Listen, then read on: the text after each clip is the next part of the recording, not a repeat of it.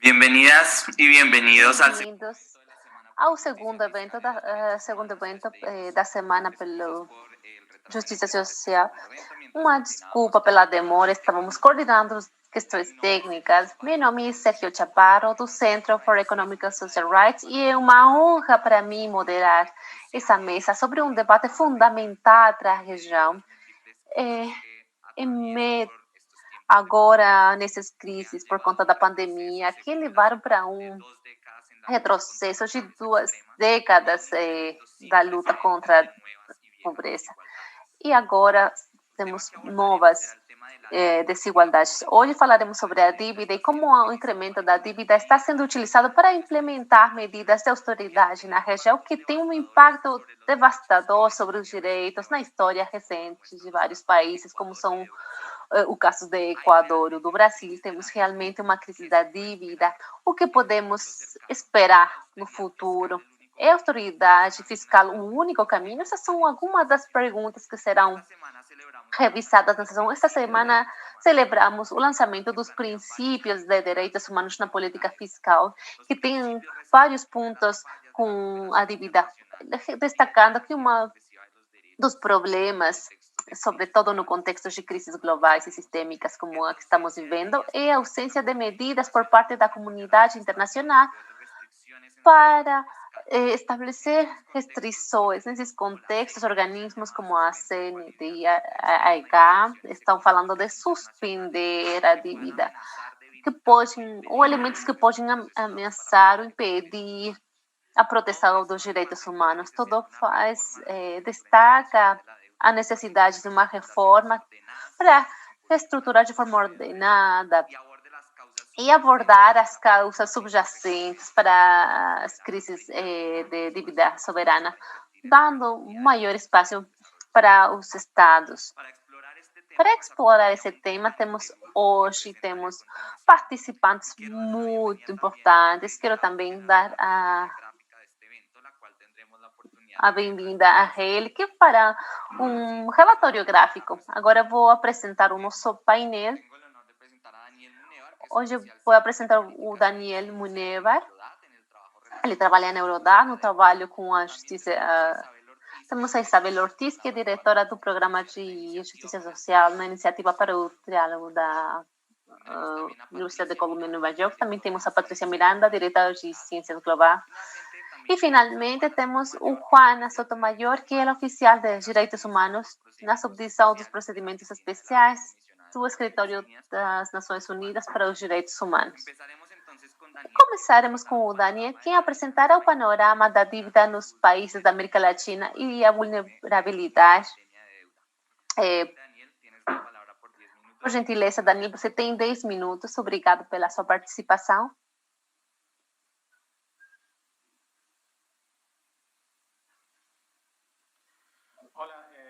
Oi, muito obrigado, Sérgio. Muito obrigado pelo convite para participar deste evento. O tempo é breve, então vou entrar diretamente na apresentação. Como o Sérgio mencionou,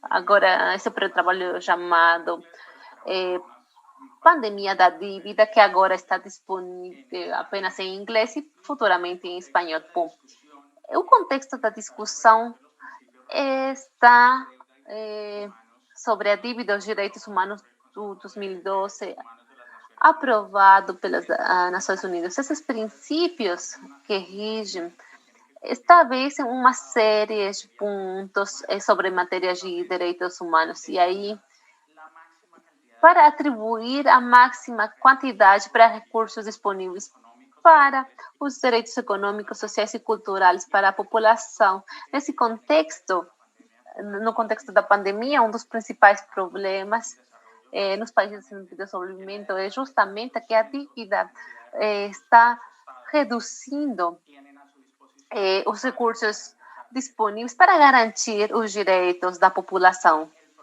E o problema é que discussão sobre a relação entre dívida, políticas fiscais e direitos humanos é apresentada num contexto onde existem dois elementos principais.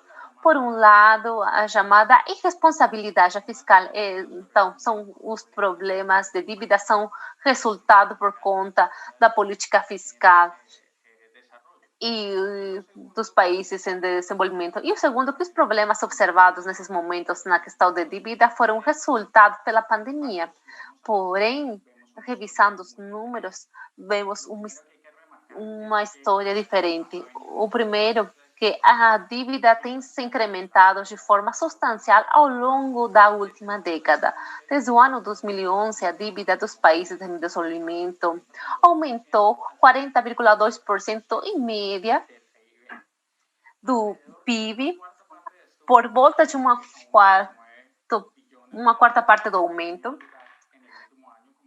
Foi no último ano por conta da pandemia. Nesse gráfico interativo, vocês podem observar como ao longo da última década, como a dívida tem aumentado de forma paralela na região.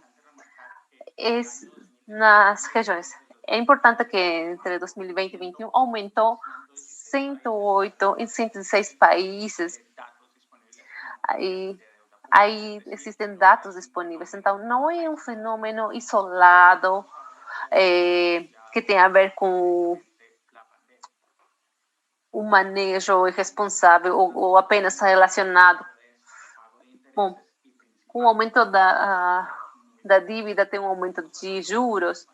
Se revisarmos o caso da dívida pública dos países em desenvolvimento, o aumento se triplicou entre 2011 e 2020, passou dos 6,8% dos renda dos governos ao 17,4% no 2020. No último ano, 32 países tiveram menos 20% para o pagamento. Essa é uma imagem muito semelhante. Se vocês observam na última década, observamos como existe um aumento do serviço da dívida, onde existem regiões, sobretudo na África Norte, onde os países utilizam quantidades importantes dos recursos para o pagamento da dívida. E por que é importante isso? Porque quanto mais recursos você utiliza para o pagamento da dívida, fica menos recursos disponíveis para os direitos da população. Falando do direito para a educação, direito para a moradia. Mas, nesse caso, como estamos numa pandemia, a discussão veremos o impacto sobre a saúde pública. O que podemos observar para 116 países em desenvolvimento, isto representou 1,6 vezes, quer dizer, por cada dólar utilizado para a saúde pública, os países em desenvolvimento estavam utilizando 1,6 dólares para a dívida. Essa é uma imagem semelhante nas regiões. Por exemplo, no caso da África, os países utilizam 2 vezes mais recursos para o pagamento da dívida do que para a saúde pública. O mais preocupante da imagem é que é um indicador que tem um deterioro ao longo da década.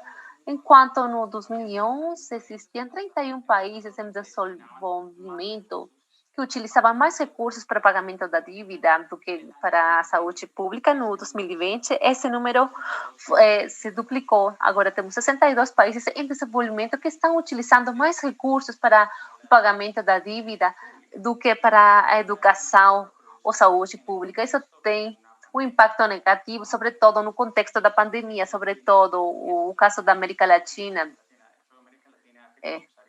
e também África. Os problemas que estamos observando nos países para encarar a pandemia surgem de um problema de desinvestimento sistemático no serviço de saúde ao longo dos últimos 10 anos. Os problemas que observamos são resultados de um problema estrutural da política pública no investimento nos sistemas de saúde pública. E qual foi a resposta multilateral perante esse cenário tão preocupante, foi uma resposta multilateral insuficiente. A principal iniciativa multilateral criada foi a suspensão do serviço da dívida, da iniciativa do SCI em inglês, o que permitiu que os países com menores rendas conseguiram suspender o pagamento da dívida, mas considerando uma comparação muito importante, a suspensão apenas permitiu que esses países com menores rendas suspendam 5,3 bilhões, enquanto no mesmo período os países em desenvolvimento utilizam 300 milhões de dólares para o pagamento do serviço da dívida. Então, quer dizer que o esforço multilateral é inadequado. E por que isto é um problema? Isto tem a ver com a transferência de recursos, que é uma comparação de quantos recursos recebem os países via novos créditos contra os recursos que enviam para os acreedores para o pagamento da dívida. No 2020, conforme as projeções do Banco Mundial, enquanto os países em desenvolvimento receberam novos créditos, também pagaram 372 mil milhões de dólares para os acreedores. Quer dizer que o setor público dos países em desenvolvimento, no meio da pandemia, enviou, em termos netos para os credores, 124 mil milhões de dólares. Então, quando falamos dos problemas dos países para o uso dos recursos para proteger a população, para comprar vacinas, eles devem contar com um contexto mais massivo de transferência de recursos, mas os recursos existem, mas os recursos estão sendo utilizados de outras formas. Essa imagem é a transferência dos recursos. No caso da América Latina, os países da América Latina utilizam... Quantos minutos tem? Utilizaram 143 mil milhões de dólares para o pagamento da dívida e sendo 68 mil milhões de dólares. Qual é o problema? Sem apoio para resolver o problema da dívida, a única solução que tem os países em desenvolvimento é fazer um recorte da despesa de forma substantiva. E acho que a Isabel falará sobre isso, mas eu queria apresentar uma imagem muito importante. No 2019, existiam 4 países na região que tinham programas com o Fundo Monetário Internacional. Esse número passou para 19 como resultado da crise. E o problema é que as políticas do Fundo Monetário Internacional, o desenho dos programas do Fundo Monetário Internacional não inclui questões de direitos humanos, apenas revisa questões macroeconômicas ou fiscais. O preocupante nesse sentido é que justamente são esses programas os que se tornarão um marco que definirá as políticas de austeridade na região, num contexto onde o que observamos no caso da Colômbia, onde as tensões criadas pela pandemia reduzem de forma substancial a implementação das políticas de ajuste. O importante, e eu quero finalizar com isso, que devemos desenvolver um marco diferente para analisar esse tipo de política. A sociedade civil já apresentou no marco das Nações Unidas uma série de propostas para encarar a crise, que parte da ideia simples, que a crise que estamos encarando agora, que se vem é uma crise de saúde pública, caso não seja resolvida essa crise de saúde pública, não conseguiremos resolver as outras crises de questão econômica ou fiscal. E para isso devemos contar ou bem priorizar a proteção dos direitos e as vidas das pessoas, não apenas na América Latina, sino no mundo. Com isso, quero encerrar. Muito obrigado, Daniel. Realmente um marco fundamental para a nossa apresentação. E agora quero passar a palavra para Isabel, que apresentará a alerta global de austeridade, que foi elaborada em conjunto com outros pesquisadores e como pode isso impactar os países da América Latina. Também apresentará um panorama de políticas com um menor impacto para... Por gentileza, Isabel, você tem 10 minutos. Muito obrigada, Sérgio. É uma honra estar aqui. Eu tenho uma apresentação porque eu acho que uma imagem pode falar mais do que minhas palavras.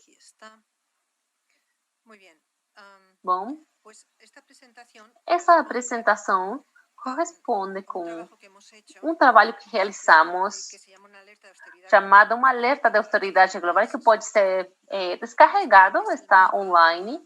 Esse é um mapa atualizado do que o Daniel apresentou. Esse é o número dos países em cor, são os países que terão um recorte na despesa pública sobre questões do PIB no presente ano e no ano que vem. É realmente uma série importante de recortes de austeridade. Isso está baseado nas projeções fiscais utilizadas pelo Fundo Monetário Internacional do ano 2020. E, bom, basicamente quer dizer que para o próximo ano, 85% da população mundial, mais de 6 milhões de pessoas sofrerão austeridade. O que acontece? São duas respostas muito semelhantes. Se vocês revisam as tendências fiscais nos países na crise do 2008, 2009 e atual, o gráfico que apresenta é o número de países que estão contraindo, que tem uma redução nas despesas públicas. O primeiro ano é o 2008, 2009 e depois tem poucos países com recortes, mas depois, mais de 100 países depois já tiveram recortes, que foi uma crise, depois da crise financeira mundial. E essa década de ajustes foi até o 2000 e as duas barras, a cor mais clara são os países de alto ingresso e o azul escuro é os países em desenvolvimento. Eu quero comentar isso porque a realidade é que pensamos que a austeridade era uma questão na Europa. Os recortes de austeridade prevaleceram no mundo em desenvolvimento e foram muito mais agressivos, mas foi menos difundido. Mas a partir de 2010 até o 2019 existem recortes de austeridade muito importantes e depois observamos uma barra muito pequena, menor, onde em 2020 ninguém fez recortes. Tivemos um incremento nas despesas, mas esse ano começaram com neste ano começaram os recortes. A estimação é que 154 países, 153 de alto ingresso e 101 países em desenvolvimento começarão com os recortes nas despesas públicas. No próximo serão 159 e a tendência de recortes de austeridade continua até o 2025, quer dizer, teremos funcionamento de recortes de austeridade caso não seja feito nada. São projeções do Fundo Monetário Internacional que refletem o seu pensamento. Não significa que vai acontecer, mas é o pensamento. Mas, como sabemos, existem alternativas. Esses são os números. Agora, quais serão os recortes? Não sabemos exatamente, mas o que sabemos é que os recortes que já tivemos na última década, a partir de 2010 até 2019, para analisar isto, fizemos uma revisão de 70 e 79 relatórios do Fundo Monetário Internacional. E as reformas mais comuns foram a eliminação de subsídios como alimentos, agricultura, em 132 países, ainda que tivemos preços recordes em várias regiões. Depois tiveram recortes aos salários dos funcionários públicos. Tivemos uma redução de empregados, hoje salários como para funcionários que trabalham em setores como educação, saúde, serviços sociais. E esta é uma questão fundamental para os direitos humanos, porque são áreas críticas. O terceiro é uma medida muito comum, porque provavelmente, de forma ortodoxa, observaremos nos próximos 5 anos. O terceiro tipo de medida tomada foi a racionalização e a focalização da assistência social, que em inglês é chamado de safety nets. Isso aconteceu em 107 países, sobretudo no momento no qual os governos deveriam aumentar a proteção social, porque, sobretudo nos setores mais vulneráveis, como com pouca renda, eles devem receber um apoio. A quarta reforma que o Fundo Monetário adoptou foi a reforma das pensões e seguridade social. Foram realizadas tantas reformas que a projeção para a OIT apresentam que as aposentadorias serão muito mais baixas. Isso será um problema.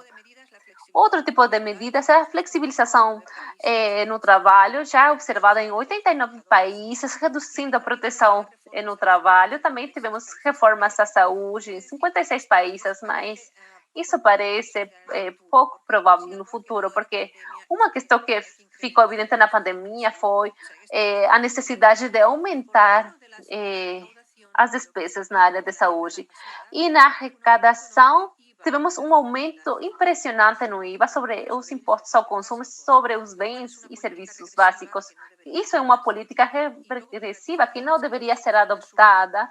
E também tivemos um aumento na privatização. Isso não era necessário na década passada e na próxima década também não são necessárias. As políticas de austeridade incrementaram a pobreza e a desigualdade, sobretudo a desigualdade das mulheres, problema para os direitos humanos, e gera um conflito social.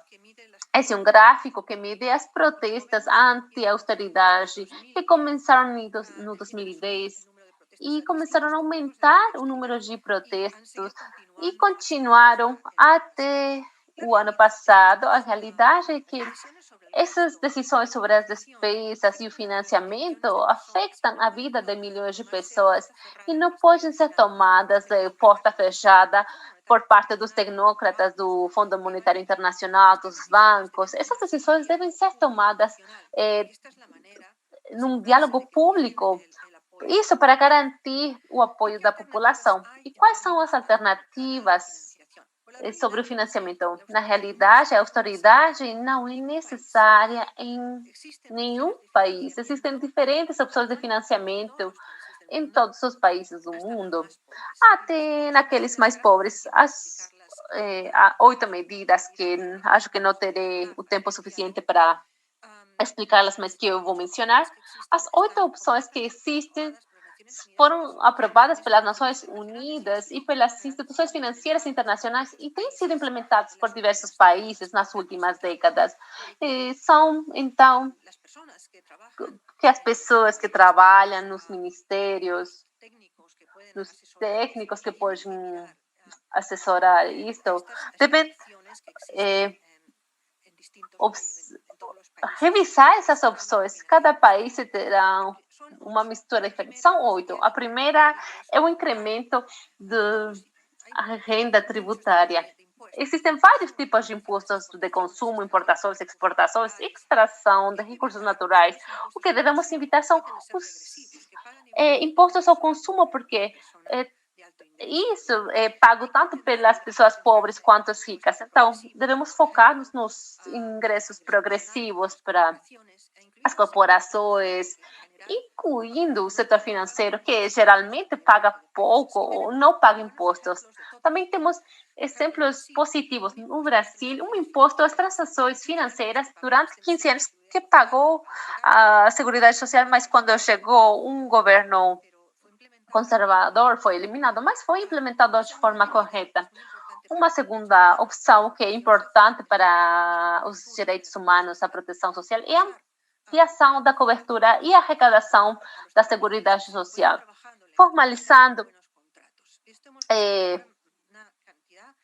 fornecendo contratos bons, como isso já aconteceu na Argentina, Brasil, Tunis, Uruguai. A terceira, que daria fundos, seria a eliminação dos fluxos financeiros ilícitos, como a evasão fiscal, e que devem ser eliminados. A quarta, que é um dos tópicos que mencionou Daniela, que é reduzir ou reestruturar a dívida. Temos já bons exemplos de países que realizaram esse exercício.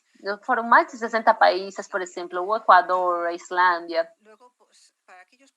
Depois, para aqueles países com renda baixa, podem solicitar ajuda oficial para o desenvolvimento, como o Fundo Global de Proteção Social, mas os países de renda média não seriam uma ação. Depois, o uso das reservas fiscais e reservas de divisas estrangeiras, como Chile e a Noruega, e utilizar um macro econômico mais flexível.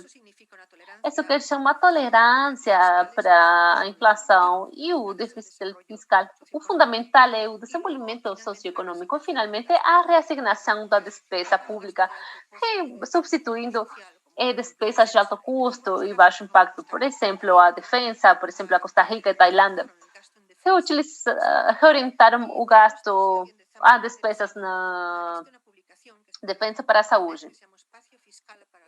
Também temos o espaço fiscal para o desenvolvimento. É uma publicação da OIT, da Unicef e da ONU Mulheres, apoiado pela ONU, e essas são opções viáveis na maioria dos países. Cada país, todos os países têm opções. A austeridade não é inevitável. O claro é que isso deve ser discutido com um diálogo incluindo a população. E a minha última slide, o tema é o que fazer. Porque esses são temas, estamos falando desde o ponto de vista da política, mas como um cidadão.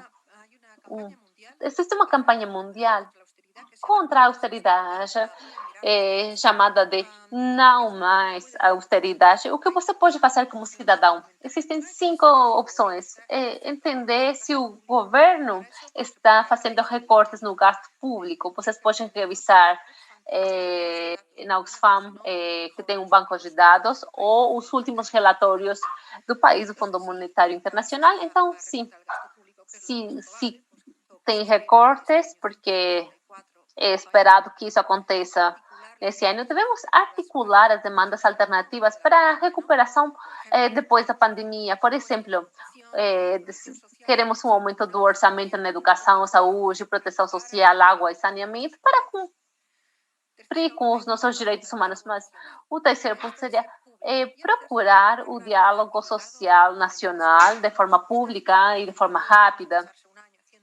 Não podemos demorar muito, deve ser realizado de forma rápida para conseguir um bom impacto. Para isso, devemos realizar uma avaliação rápida dos impactos sociais, das diferentes opções e alternativas de financiamento e revisar qual é o impacto que tem. Por exemplo, os impactos para o consumo são regressivos e podem gerar desigualdade. E se pelo contrário, utilizamos outro tipo de impostos para, por exemplo, as comparações, poderiam funcionar e gerar outro impacto. E o quinto ponto é acordar políticas ótimas através do diálogo social com representantes de sindicatos, funcionários e outras partes com interesse. Essas decisões são muito importantes e têm um impacto em milhões de pessoas e não podem ser realizadas de forma fechada. Muito obrigada, Isabel. A mensagem é clara. A austeridade não é a única opção, temos alternativas. Quero dar a palavra à Patrícia Miranda. Ela falará sobre a agenda da Latindad e outras organizações que trabalham com o tema para chamar a comunidade internacional para a adoção de outras medidas. Patrícia, por gentileza, você tem 10 minutos. Muito obrigada, Sérgio. Muito obrigada pelo convite. Eu fico feliz de partilhar com os amigos e os colegas. Eu quero falar da situação da dívida na região e de algumas propostas da América Latina. E eu gostaria de começar falando um comentário das Nações Unidas referente a que a América Latina é uma das regiões mais afetadas pela pandemia. A economia latino-americana teve uma redução até 7,7%, quase 3 milhões de empresas fecharam por conta da pandemia. Além, a região cadastrou por volta de 28% das mortes pela Covid em nível mundial, sendo que no nosso território vive apenas 8,4% da população do planeta. Este impacto é muito evidente nos nossos países. Observamos como a pobreza tinha já uma tendência de aumento, revisando a linha em vermelho, mas a projeção para o 2020 apresenta como existe um incremento na pobreza, superando o 37% da população e uma redução do PIB per capita. Como os nossos países ou nossa região receberam a pandemia em termos econômicos, e podemos observar aqui que nossa renda, a arrecadação tributária, particularmente, teve uma redução. Vocês podem observar isto com a linha vermelha, e teve uma redução muito importante no 2020. Todos os setores da economia pagaram. E, ao mesmo tempo, os gastos do governo tiveram um incremento por conta das diferentes razões que já ouvimos nas diferentes apresentações, mas já podemos observar que nos anos anteriores existia já uma brecha fiscal, existia uma diferença entre a renda e os gastos, e que ficou muito mais profunda a partir da pandemia. Essa brecha que aumenta, e já todos os países na região tinham um déficit antes da pandemia, alguns com 2 anos, outros 6 anos com déficit. Mas no 2020, quando chegou a pandemia, a única opção foi o incremento da dívida. Como vocês observaram, a dívida da América Latina, praticamente de todos os países, teve uma tendência de aumento, mas vocês podem observar que no 2020 existe um pulo importante em todos os países, em todos os casos, incrementando a dívida com a emissão de bônus soberanos, outros através de créditos, como já revisávamos com a apresentação anterior.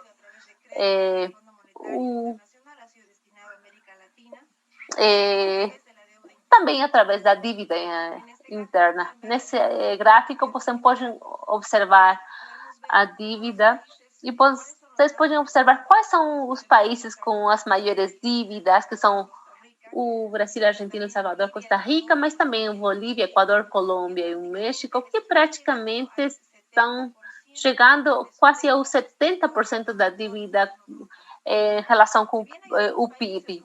Se bem existem outros países que têm uma dívida inferior, todos têm a mesma tendência, um pulo no incremento da dívida, que com as condições atuais e com as poucas possibilidades de recuperação rápida, tanto da renda e com as necessidades ao mesmo tempo de incrementar os gastos, é provável que a tendência continue em incremento depois. Apenas para apresentar rapidamente nesse gráfico a composição da dívida externa, onde observamos que o setor privado em Coração, para vários países, é um dos credores mais importantes, e o laranja temos os credores multilaterais. Esses dois tipos de credores que ainda não demonstraram muita disposição nesse contexto de pandemia sobre realizar algum tratamento ou a revisão da dívida em nível mundial ou bem na região. Também já foi mencionado, e que também é importante para nós mencionar, é a composição da dívida pública e a participação da dívida interna, que podemos observar de cor verde ou celeste, que parece maior do que a da dívida externa, mas continua sendo preocupante. Depois continuarei falando sobre isso. Acreditamos que, desde nossa perspectiva, existem falsas soluções para uma recuperação. Já mencionou Daniel, temos a iniciativa para a suspensão do pagamento da dívida, agora incorporado uma iniciativa que é o marco comum, que é o Common Framework, que, no primeiro lugar, nenhum dos dois casos beneficia os países da região. E quase todos os países da região são considerados ou são classificados como países de renda média, com um cálculo PIB per capita que não mostra o resto das vulnerabilidades e realidades. A América Latina fica fora dessas iniciativas das duas, pelo que é uma das demandas que estamos fazendo desde Latindad sobre a inclusão dos países de renda média, que apresentam um incremento da pobreza, um incremento das desigualdades.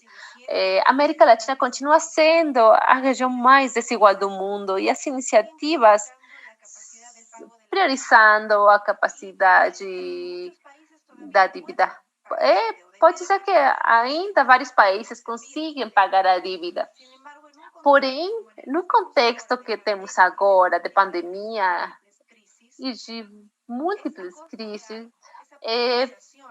a priorização ou a capacidade de pagamento da dívida está sendo realizada com impactos na saúde, na proteção social. Então, que é muito mais evidente justamente neste contexto e, sobretudo, nessas falsas soluções, temos os critérios que estão utilizando sobre os países que têm uma série de vulnerabilidades além da dívida e que não estão sendo levadas em consideração as nossas necessidades atuais. Precisamos liquidez, precisamos um espaço fiscal que, como já mencionei, era reduzido antes da pandemia. Precisamos mais recursos para a saúde, para o acesso à vacinação,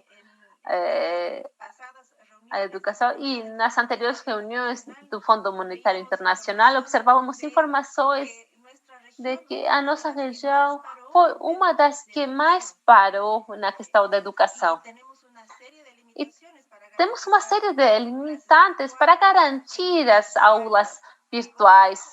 E, portanto, nessa avaliação, a América Latina terá um dos maiores custos em termos de que essas crianças ou esses jovens, nos próximos anos, consigam oportunidades não apenas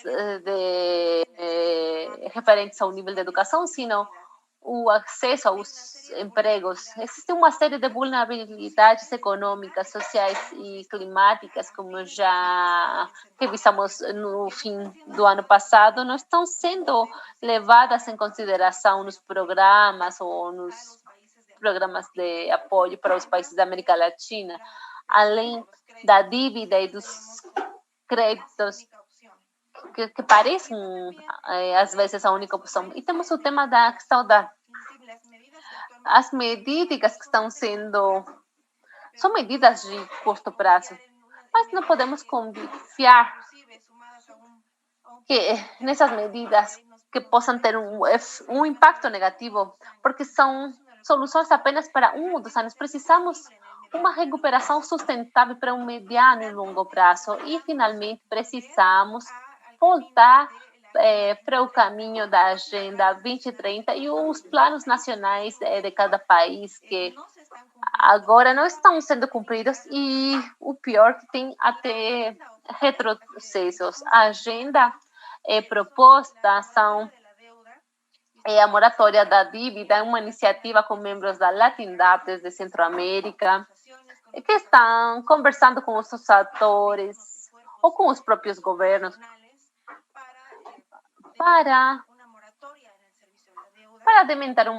demandar uma moratória no serviço da dívida, enquanto isso gera um espaço fiscal para esses países que, além de tudo, tiveram furacões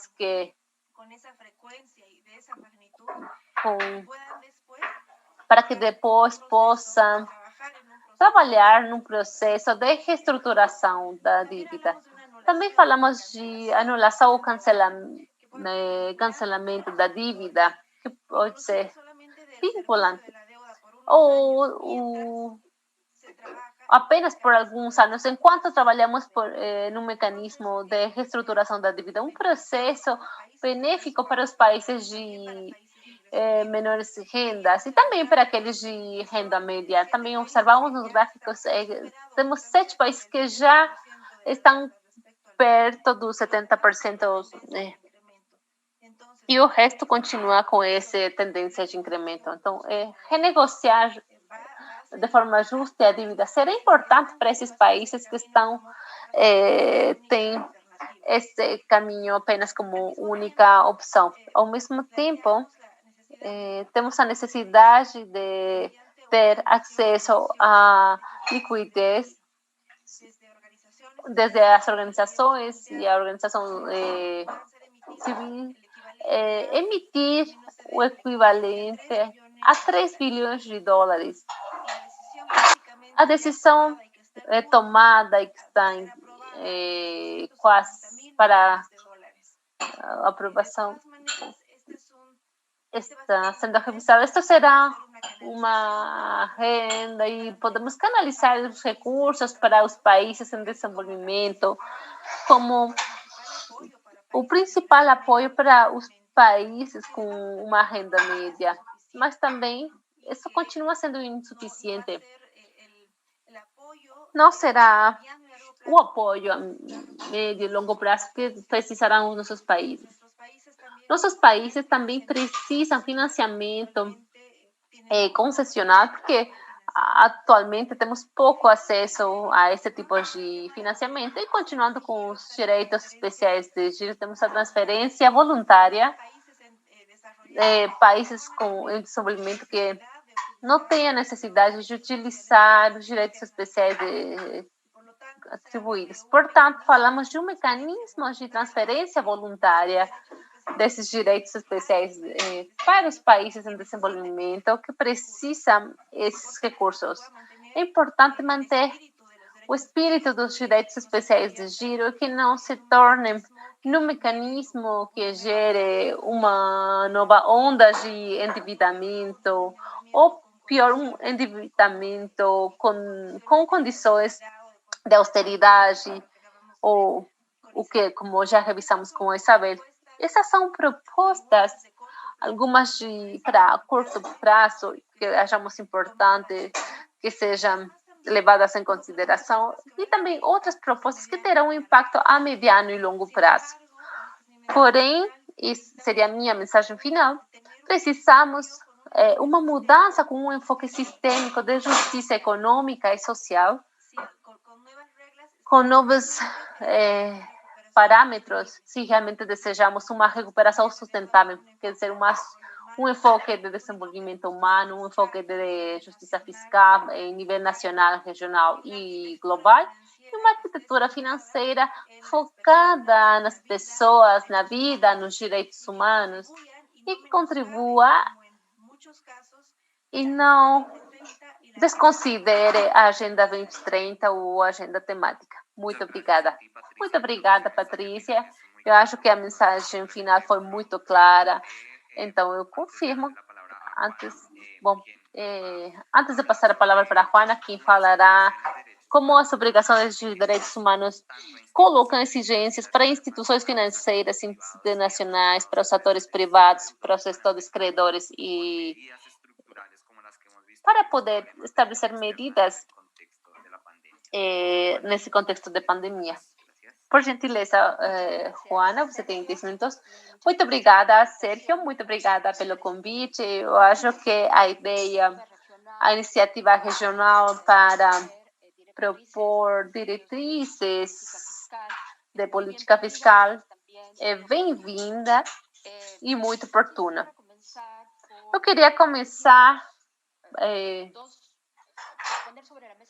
colocando 2 pontos que acho que funcionam como resumo para as excelentes apresentações realizadas.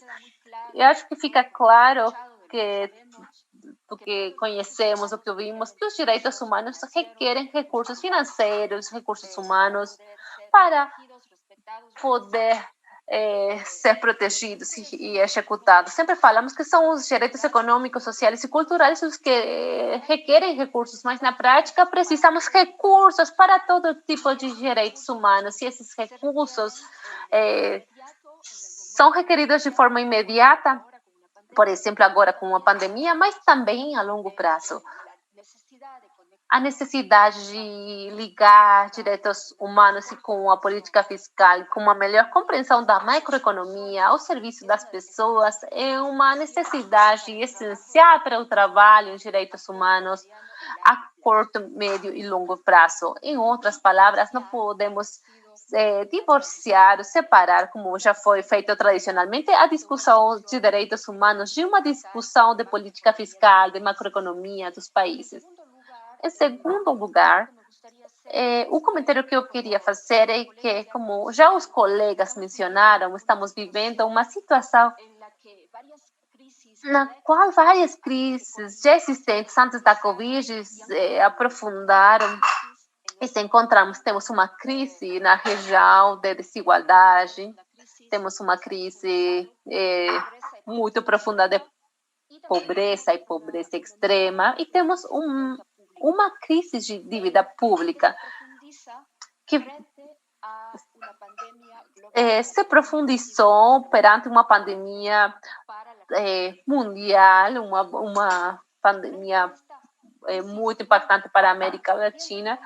Essa crise, temos um cenário que não era conhecido, já a complexidade que conhecemos do cenário onde temos atores como o Fundo Monetário, o Banco Mundial, mas também outros credores bilaterais, trilaterais, quer dizer, uma mistura de atores no marco da arquitetura financeira internacional, alguns mais conhecidos que já conhecemos bem, e outros que também não são tão conhecidos, mas que também são complicados. Então, isso em termos de dívida coloca um momento a nível global, a nível da região da América Latina e o Caribe, especialmente difícil. E eu quero destacar que, desde a perspectiva dos direitos, é uma situação muito difícil para as pessoas, conversando com as pessoas mais vulneráveis, que já foram discriminadas.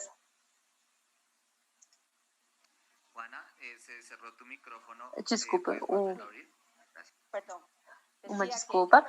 Eu falava que essas pessoas, os grupos da população que são mais impactados, o que a Patrícia mencionou, e também que eles são aqueles que sofrem das medidas de austeridade, privatização, de as reduções no trabalho, dos que falava, sabe, quer dizer, por trás das medidas da austeridade, por trás do impacto macroeconômico em termos de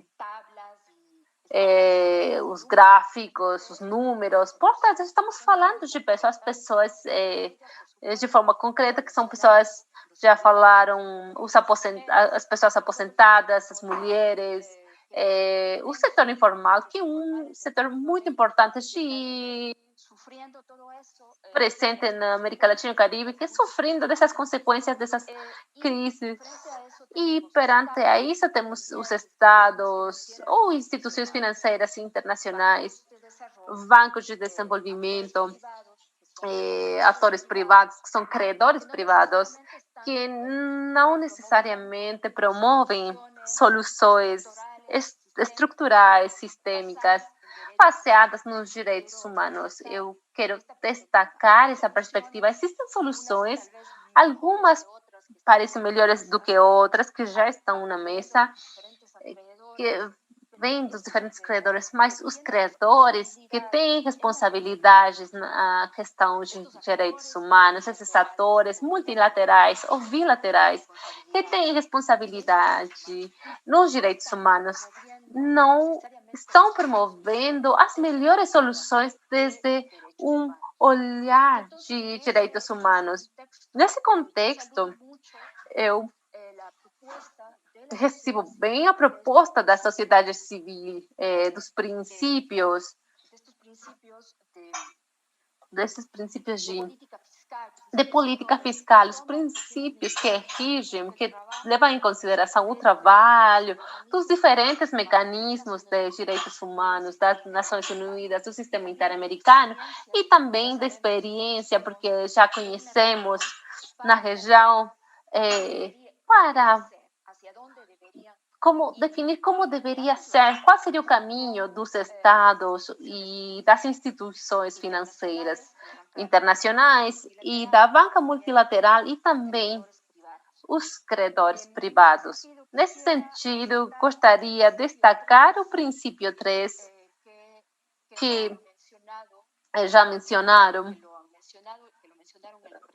que foi mencionado no começo do evento, e destacar porque esse princípio tem vários pontos importantes na questão da dívida. O princípio 3 fala: os estados devem garantir que a política fiscal seja socialmente justa.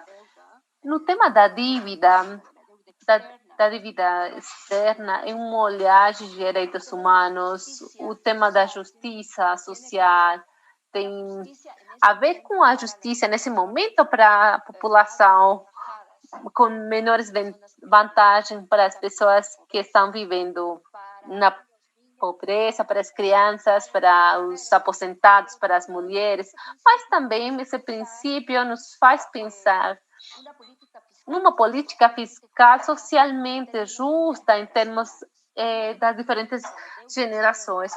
Um dos problemas da dívida externa é que, às vezes, são medidas que podem ser a curto prazo, podem ter um sentido para alguns anos, mas depois são muito fortes para gerações futuras, que não são progressivas.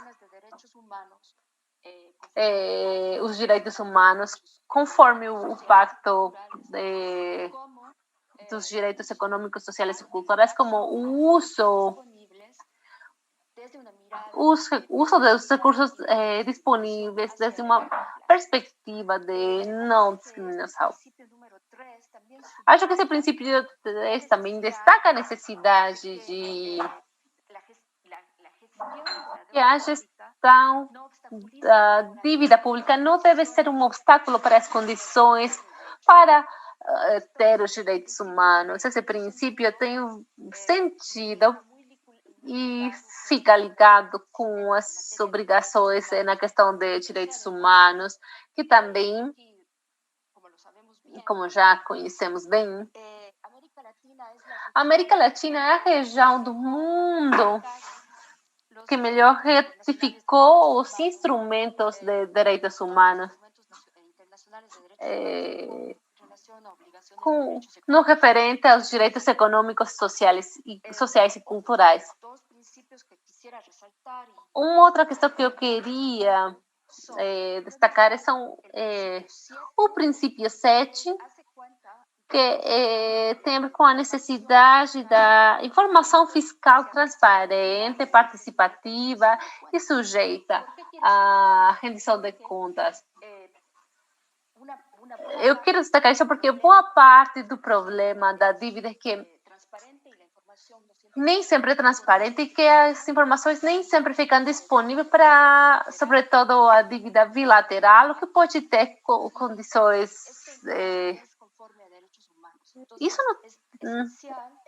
Isto é essencial que as informações fiquem disponíveis de forma que a sociedade e as diferentes organizações possam acessar a ela. E, finalmente, os princípios 10 e 11 referentes à progressividade e a contraparte, que é a obrigação dos Estados e outros atores de não retroceder na matéria de direitos humanos. Quando falamos de austeridade, de privatização, muitas vezes estamos falando de retrocessos na matéria de direitos humanos muito sérios, que são proibidos conforme o Pacto de Direitos Econômicos e Sociais. A regressividade também frequentemente afeta mais as populações mais vulneráveis. Então, acho que seria todo. Eu acho que uma desculpa. Eu só queria destacar que o tema da dívida em todas as apresentações não pode ser entendido sem antes compreender a base onde temos as obrigações que não são novas, obrigações que já têm décadas em matéria de direitos humanos em nível internacional e que têm, em contraparte, normas constitucionais e que estão aí para proteger as pessoas. A política fiscal, efetivamente, o objetivo da política fiscal, como já apontaram os princípios, devem ser o cumprimento, o respeito e a proteção dos direitos humanos. Muito obrigada. Muito obrigada, Juana. Foi muito rica a tua apresentação, porque não é apenas uma questão de solidariedade, é uma questão internacional, porque também para interesse dos próprios países, por exemplo, mais ricos ou os credores privados, realmente o que a pandemia demonstrou foi que nada fica protegida. Todo mundo deve ficar protegido, tanto nos direitos econômicos, sociais, como pode ser o acesso à saúde. E para isso precisamos de recursos. O tema da dívida é fundamental para liberar os recursos. Para encerrar, porque vamos encerrar o painel, queria pedir para vocês uma participação final para responder uma pergunta. Qual é a perspectiva para que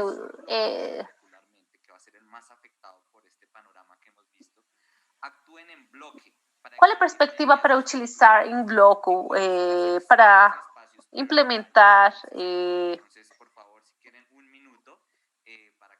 Vocês têm um minuto para que vocês possam partilhar uma reflexão final sobre o cenário para a ação. Então, vamos começar com o Daniel. Eu acho que poderia...